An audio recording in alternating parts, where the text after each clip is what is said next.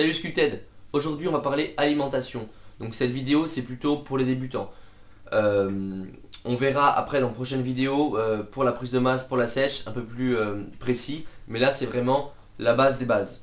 Donc l'alimentation, je reçois beaucoup de personnes qui me demandent comment s'alimenter pour une prise de masse, juste pour un maintien, pour être en forme, etc. Donc voilà, cette vidéo va répondre à pas mal de vos questions. La première chose, c'est de calculer son métabolisme de base. Le métabolisme de base, c'est le nombre de calories dont votre corps a besoin juste pour rester en vie, pour faire fonctionner vos organes vitaux. Votre cœur, votre respiration, tout ça. Genre même si vous faites que dormir, vous avez besoin de ces calories-là pour rester en vie. Donc pour vous donner une idée, un homme de 20 ans qui mesure 1m80 et qui fait 70 kg, il aura besoin approximativement de 1500 calories. Son métabolisme de base sera approximativement de 1500 calories.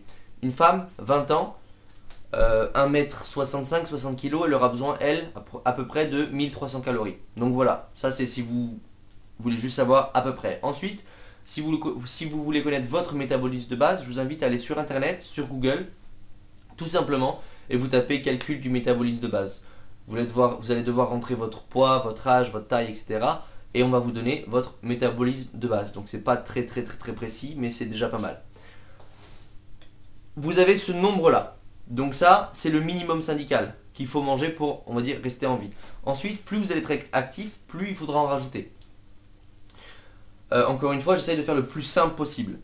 Avec ce nombre de calories-là, vous avez les macronutriments. Parce qu'on ne va pas manger 1800 calories, 1500 calories de lipides ou que de protéines ou que de glucides.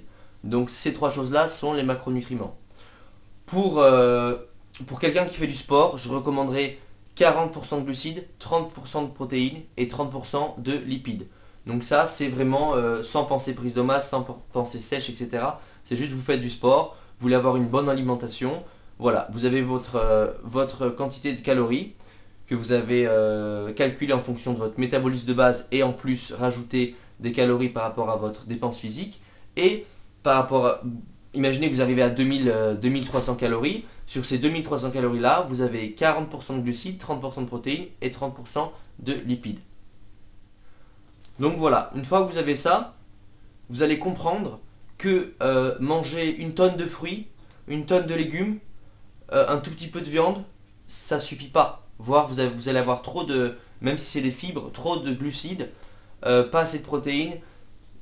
C'est bien beau de manger, mais si on ne sait pas quelle quantité et de quoi manger, il est difficile d'avoir de bons résultats.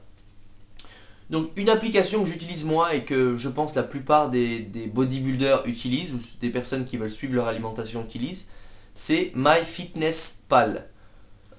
Téléchargez ça sur votre App Store ou sur votre smartphone. Et voilà, avec cette application-là, vous allez pouvoir traquer vos calories.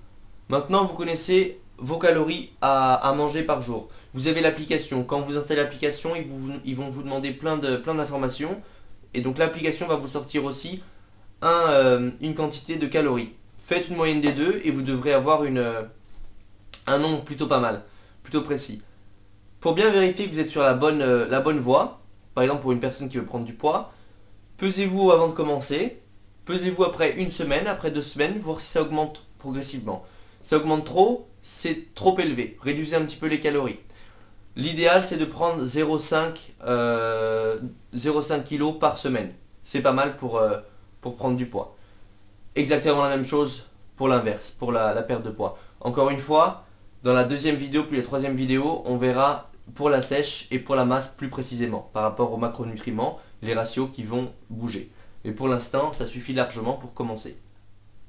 Maintenant, plus d'excuses. Vous savez combien, on va dire, combien manger. Donc ne me dites pas je mange que des fruits, je n'arrive pas à perdre du poids, je ne comprends pas. Si vous mettez que les fruits sur FitnessPal, vous allez voir votre pourcentage de glucides va être très élevé. Donc suivez ça pour l'instant.